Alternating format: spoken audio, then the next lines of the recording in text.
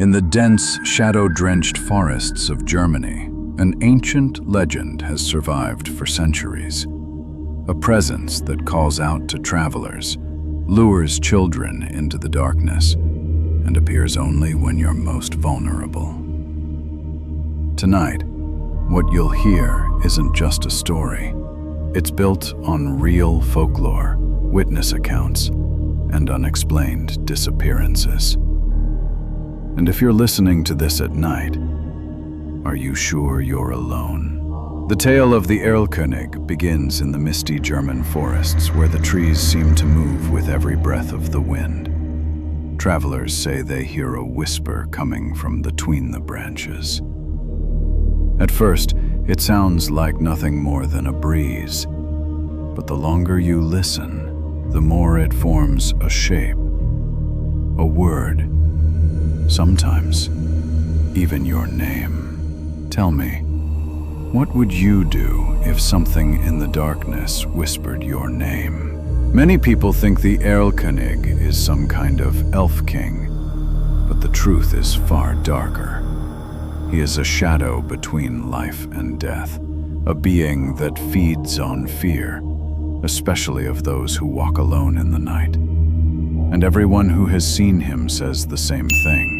By the time you realize he's real, it's already too late. From the 1770s to modern times, there have been countless reports of children vanishing near forested areas in Germany. Some of the surviving accounts say the children walked into the woods because someone was calling them. But who would a child follow into a dark forest at night?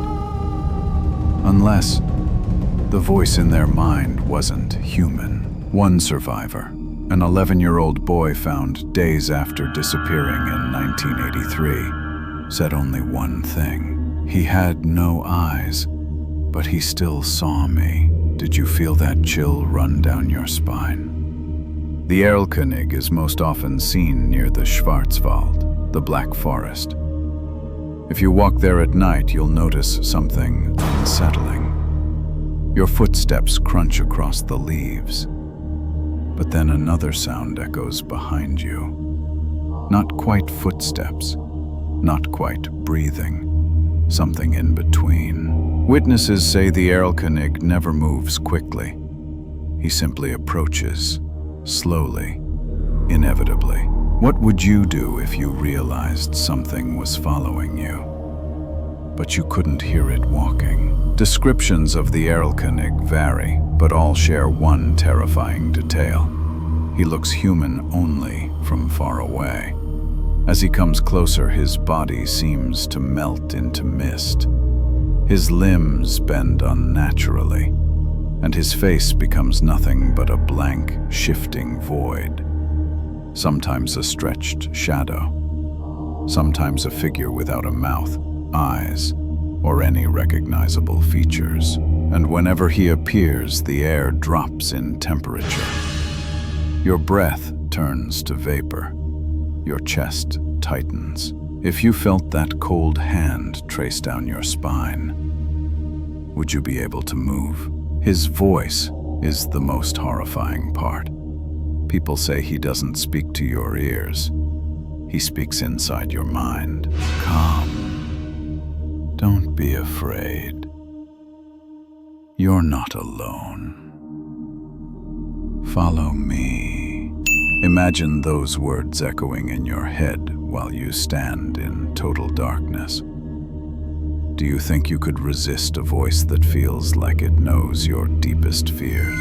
Some people follow it willingly, and they never return.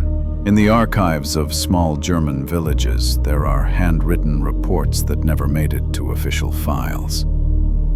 One villager wrote, "Something walked in the forest that night. I didn't hear its footsteps, but I felt its eyes on me. When I turned, it wasn't a man. It was a shadow stretching toward me." Which do you think is just a story? And which one sounds disturbingly real? Those who see the Erlkönig describe three sensations: a crushing pressure in the chest, a ringing inside the ears, a dark movement at the edge of their vision. Then, the cold, bone-deep cold, like a hand resting between your shoulders. If this happened to you, do you think you could scream?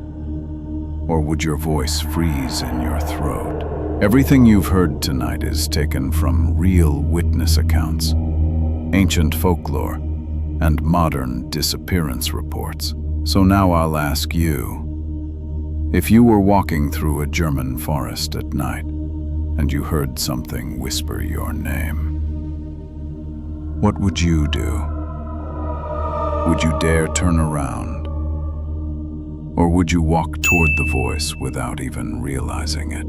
Do you think the Erlkönig chooses his victims? Or is he simply waiting for the next person to step into the dark?